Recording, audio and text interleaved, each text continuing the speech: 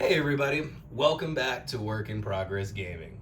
Today we're going to continue our series on the Emperor's Children Codex, and we're going to go over one of my favorite units in the entirety of the game of 40k, which is the Noise Marines. Noise Marines are such a cool and iconic unit, going back to, I believe it's this edition of the CSM Codex that I have. Back whenever you had, can't remember, I'd have to look through it. Back whenever you had a bunch of different weapons for them, but now in their modern equivalent of 40k, we're going to go over these guys. We're going to talk about the updates to them, and then we're going to talk about how to use them on the tabletop, because they're a little bit of a weird unit, and they fit a weird niche in our codex for a very long time. And I'm here to break them out of that niche of that codex, because we don't have that niche anymore now that we have the Defiler. So let's go over this unit. Let's go over how they work, what to use them with, some tips and tricks that I've learned over the years, in order to make them more effective, and also just going over the unit in general, because these guys are just so cool. So let's jump on in. Okay, so let's go over the unit themselves and the actual stat line of all the guys. So, with the Noise Marines, they are a 6-man squad base. You can't increase or decrease them, which is really handy for dealing with blast and things like that, or trying to hide this unit, because there's enough of them on those 40mm bases in which you can get around. You don't really feel like you're stuck in any place. So I'm a big fan of the fact that they kept them locked at 6, because they feel efficient at 6. So with those 6 men, they each move 6 inches, have T5, a 3-up save, 2 wounds apiece, and then a 6-up leadership and 1 OC. So these guys aren't going to be like your battle line with 2 OC, where they're going to be running to try and hold all your objectives. These guys are more of a kind of sit and plant and shoot kind of unit, where it's if you can get them up into like the 18-inch range in your opponent's like face, they're going to be shooting, and they're going to shoot well. And really anything small is going to be dead instantly. So going over these guys specifically, as you can see here, we've got 2 of these guys in the front that have special weapons. These are going to be our Blastmaster guns. And then the rest, all back here, are all going to have these shorter guns. These shorter guns are going to be the Sonic Blasters. Now, just like with any squad, we're going to have the ability to take a sergeant a sergeant as well. This is going to be our Disharmonist. It's going to be the sergeant equivalent for the Noise Marines. And he does have a couple of options. So he can do either a Sonic Blaster like I have him with here, or you can give him the Screamer Pistol and Power Sword. Personally, I don't recommend bringing the Screamer Pistol. I usually have him with a Sonic Blaster, just because having just an additional 3 shots from your Sonic Blasters is really nice. Also, the biggest difference between the Sonic Pistol and the Sonic Gun, the Screamer Pistol, is that the only thing that it is it's going to have pistol, right? Or it's going to be 12 inches of range. So you have the ability to shoot in combat, but you're also going to be losing about 6 inches of range on that gun. And my biggest problem with a lot of that is that you don't want to lose any range on these guys. These guys are already short range at 18 inches. And if you try and like make them any shorter, you're just going to lose out on some of those shots. And these guys don't want to be in combat unless they have to be. So you're going to try and keep these guys probably out of combat, so I recommend just having that extra gun, because that can deter a charge or give you those extra 3 shots that you might have needed to succeed in your Overwatch. Because these guys are going to be probably our only Overwatch threat that we've got in the entire codex, really. We now have the Bale Flamer from the Defiler, but otherwise, we don't have any dedicated shooting. This is our main dedicating shooting unit. So to go on with that, so we've got the 4 with the Sonic Blasters, and now we have to go over what the actual Sonic Blaster does. So the Sonic Blaster is an 18-inch range gun, and it is going to hit on 3s. It's going to be strength 5, which is really nice already. -1 AP, 2 damage. And because of that, that gives it the ability to really shred through Marines or light infantry or anything that is that below T5 2 wounds, right? Even other Noise Marines on 4s, it can shred through them. We won't go over any 11th edition stuff here, but when I make the updated video for Noise Marines in 11th as well, those guns are going to start hitting on 2s once you get plunging fire. It's crazy. But yeah, so they've got a -1, 2 damage on these. Then I want to go over the Blastmasters as well before we get into the generic keyword for all of their guns. So these are the Blastmasters as well, right? The Blastmasters are going to be our varied profile gun, and personally, I like these the best. So I usually keep these 2 guys alive the longest that I possibly can. So the first one is going to be the single frequency for the Blastmaster. That Blastmaster single frequency is going to have 3 shots apiece, hitting on a 3, strength 10, -2, 3 damage. So you have a gun that can punch through a Rhino at -2, getting it up to a 5-up save. It's awesome. The single profile is awesome. It's really good into real tough stuff. Demon Princess with wings get a nasty punch from it because 3s. It's a really, really sick gun, and it can really do some cool stuff, but it also has a varied profile. So we have a varied frequency as well that gives it 6 shots instead of 3. It does go down to strength 6, but only strength 6, which is insane. So anything that's T3, like guardsmen, elves, anything like that, you're hitting them on 2s. And each of these guns get 6 shots. So from these 2 guys alone, you're spitting out 12 strength 6 shots at -2 AP still, 1 damage. And the craziest thing about all of this and this entire package together, the entire unit has ignores cover on all of their guns. So we don't get the benefit of being like flamethrowers or anything and being pure Overwatch threats. But especially going into the new edition, we're going to be massively dangerous. Because we were already massively dangerous now, and I'm going to go over why. But with the new rules, it's going to be really cool. I don't want to go too much into that because that's another video. But for these guys, they're -2 AP on their 2 Blastmasters, but just the -1 AP on the Sonic guns. Normally, it'd be like, all right, -1 AP, yeah, okay. You can negate that. You can find a way around it. Not with these guys. You have to Armor of Contempt just to get them down to 0. And even so, like, it's still, you're going to have to waste CP on these guys in order to give yourself some defense. So the fact that they can negate cover gives them a lot of boost above some of the other stuff in our codex, especially when it comes to shooting. Because 1, they're the only ones that really can do it well. But 2, any defense that you would have had against that, oh, it ignores cover. Okay, so I can't even use the cover save for anything. And that really makes these guys punch hard. The 3 damage on the Blastmaster and the 2 damage on the Sonic guns, I mean, you can do about 12 shots from the varied frequency from these 2 guys.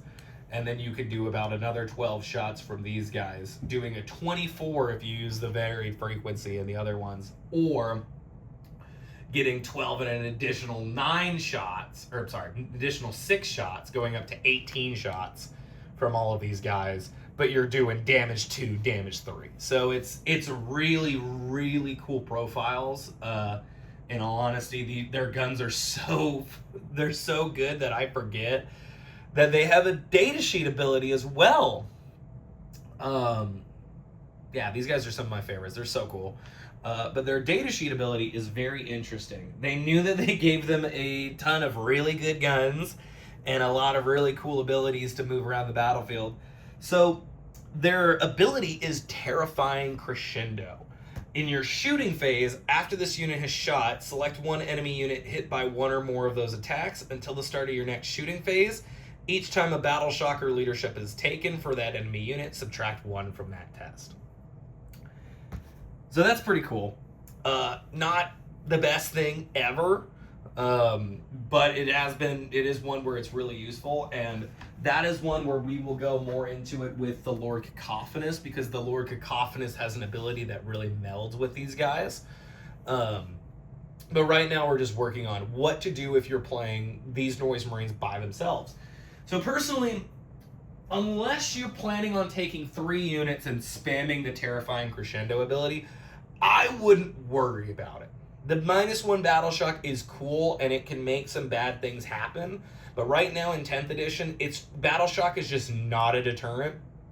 Like, the fact that you could shoot somebody in your Battle Shock, they have to take their next test as a -1. Okay, cool. Well, if you didn't get them down below half strength, then you're probably not going to watch them take that Battle Shock test at -1.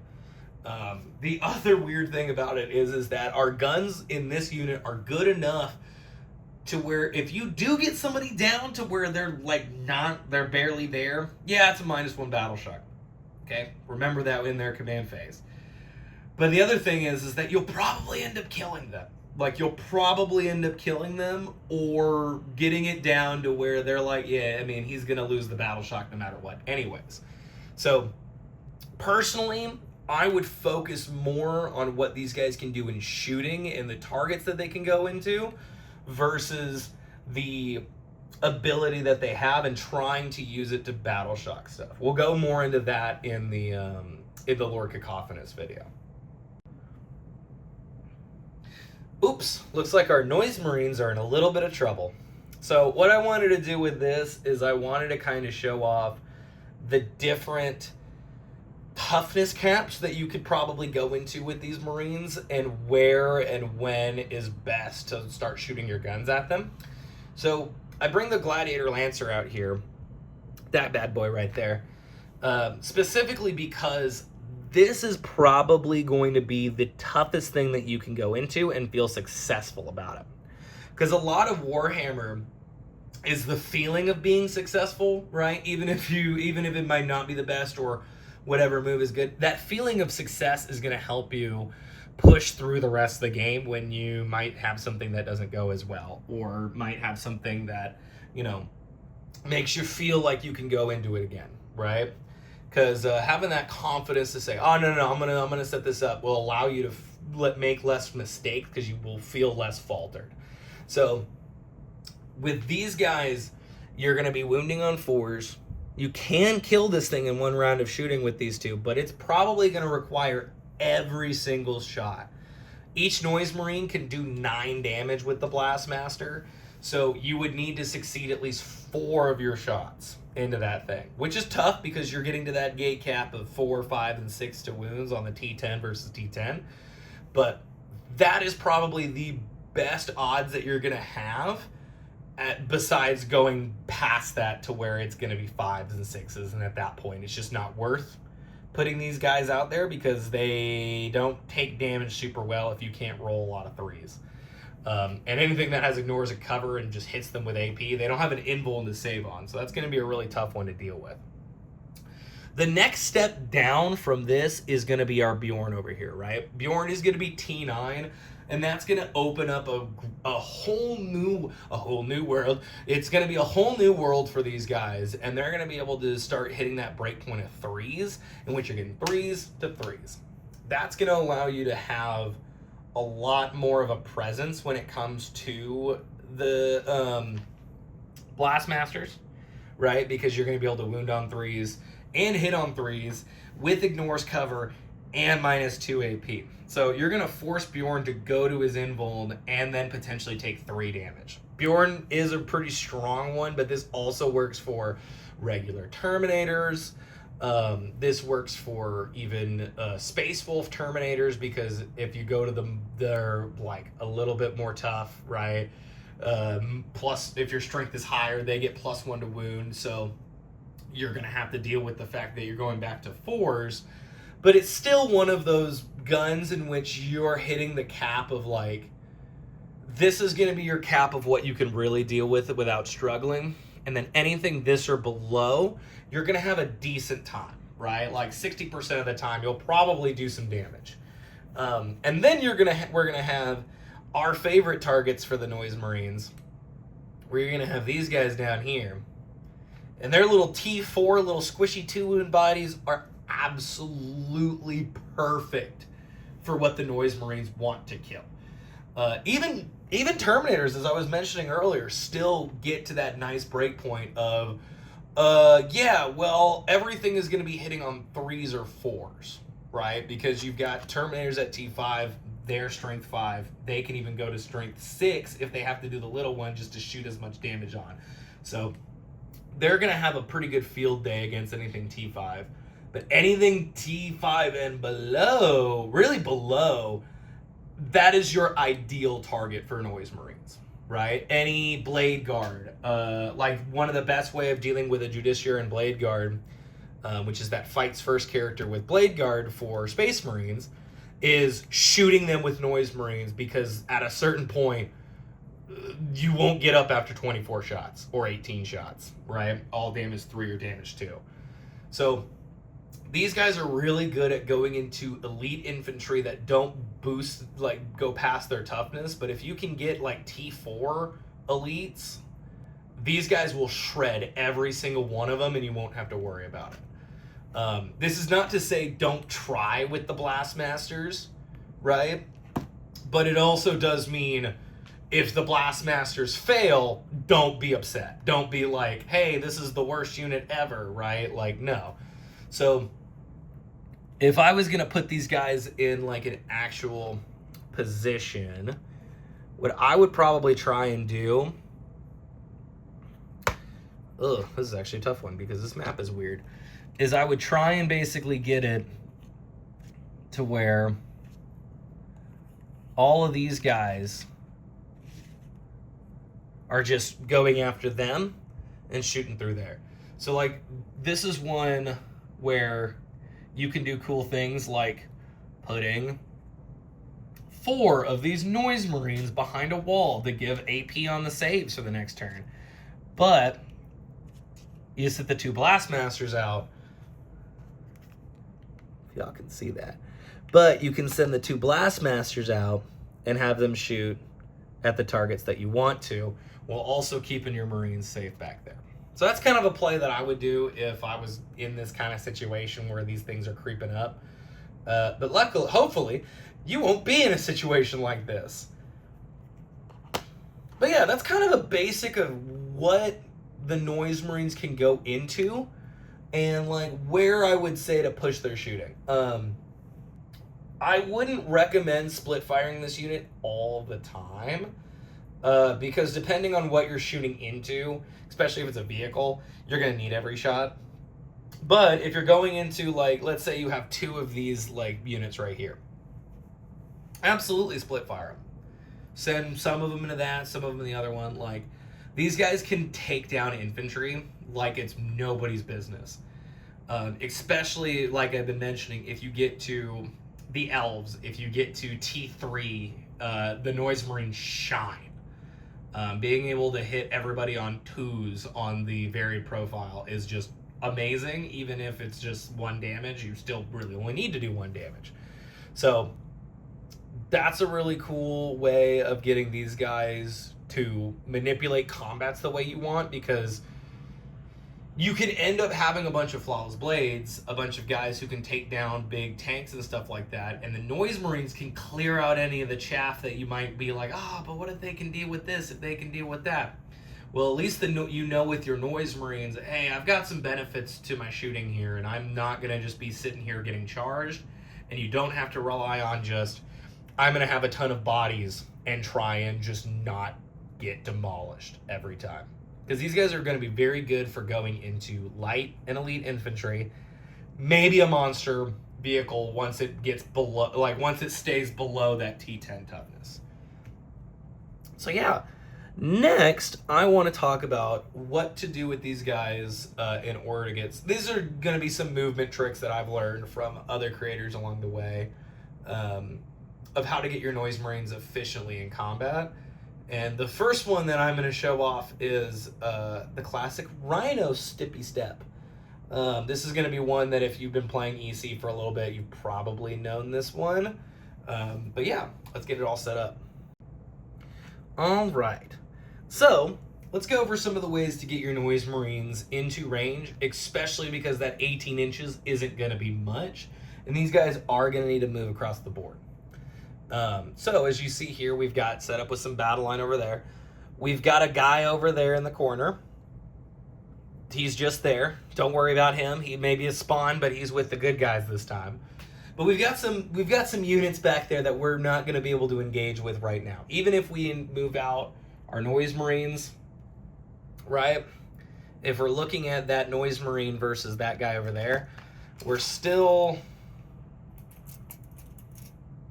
not able to reach him, right? Even though the 18 doesn't seem like it's pretty short, it can be pretty short. So what we can do is we can use some of our other units in tandem in order to get these Noise Marines further across the board. Let's put this guy back. So, as we discussed in the Infractor video, which I'll link here, if you put a Lord and these guys in a Rhino, which you probably end up going to do, the Rhino is going to get the Scout's ability as well. So, the whole point of this is to scout up the Rhino, get the guys out, and then have your Noise Marines jump in and use the 6-inch scout that you just did in order to get a little bit closer on the board. But let me show you. So we do our scout move. We do our 6-inch scout move onto that objective. They jump out. And even with their 7, that's a 1-inch charge, right? So we already have something to deal with combat over here. But how do we deal with this guy? But how do we deal with this guy? That's the really big question. So, and just pretend there's 5 other guys there. So, what we would end up doing is we're going to try and get the Noise Marines into this Rhino so that the Rhino can move and then shoot the Noise Marines' guns. So, when you do this, I recommend getting your Noise Marines, and we'll remove this piece of terrain here to show. I recommend getting your Noise Marines within 6 inches, or at least 1 inch of 6, right? Being like 6, 7 inches away, because we can advance them into the Rhino, but as we see with this dice roll here, yeah, we got a 3, so that's perfect. But if you get a 1, that ruins a lot of this trick. So we'll move them there 9 to get them in. Okay, so now that we've moved them 9 inches to get inside of the Rhino's area, we can embark the Noise Marines, and because the Rhino hasn't made a move this turn, we're still able to move the Rhino, because the scout move doesn't happen in your turn or in your opponent's turn, it happens in the beginning of the game. So before the round even starts, your Rhino has moved into a perfect spot for these Noise Marines.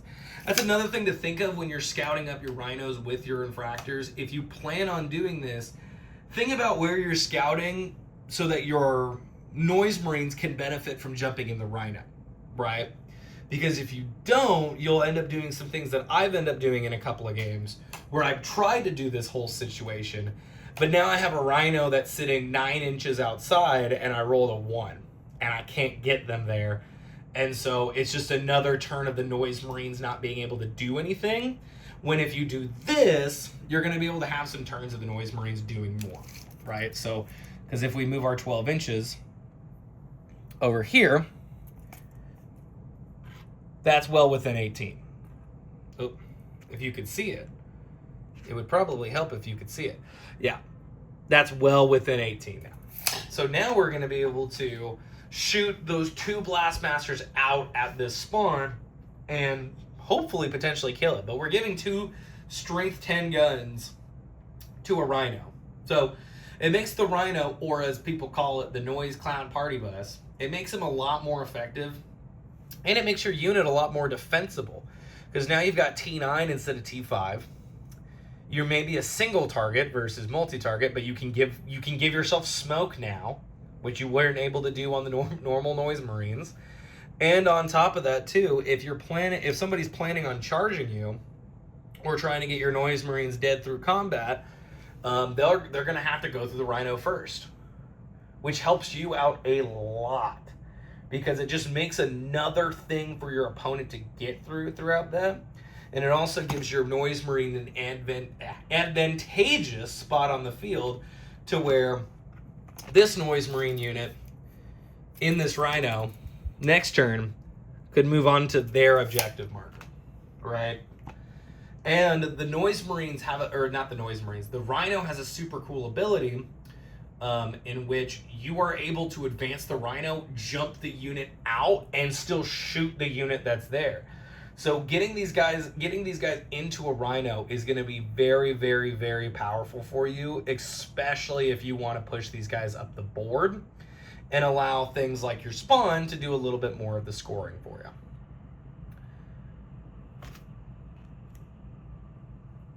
Yeah.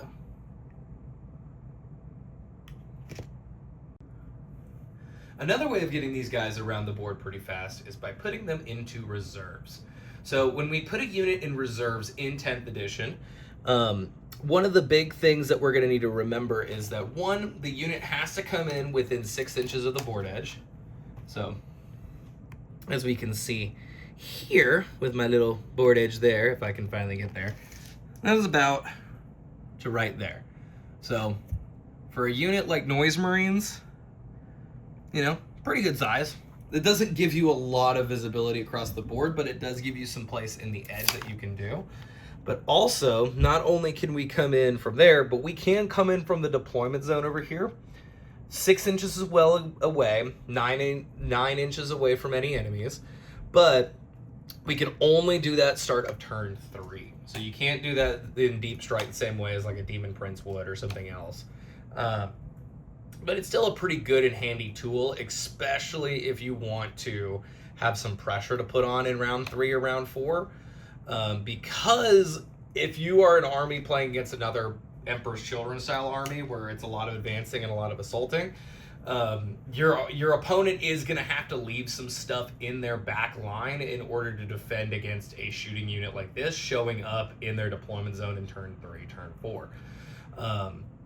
It's a good pressure point, right? Especially if you have an extra unit of Noise Marines that you're not really willing to push forward, and you're kind of like, these guys, if they always stay in the back, they're not covering any deep strike, and you can't push them forward without them being in a very bad position, then I recommend putting them in reserves. Reserves is going to give you that extra option to pop up around the board in a place that you might want to. And it is also going to give you that extra protection against an alpha strike in which, hey, maybe you get a couple of your units killed very early on. You still have an entire unit of Noise Marines in your back pocket that can help you win the game.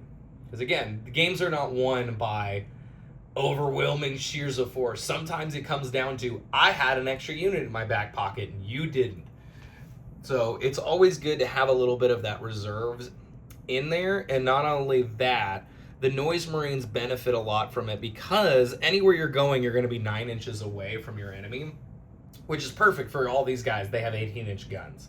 So you're knowing for sure that you're going to be able to show up from reserves and cause some damage. And this can work in tandem with things like Rhinos as well, if you don't want to scout them, but you would rather have something, a little box Rhino show up in round 3. You can do that with a Rhino as well. I recommend doing it in just Noise Marines because the Rhinos are a little bit better when they're scouted.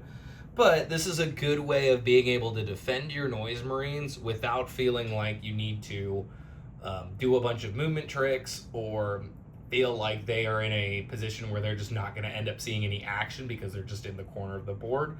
This gives them the ability to be defended while also at the same time being able to show up in reserves.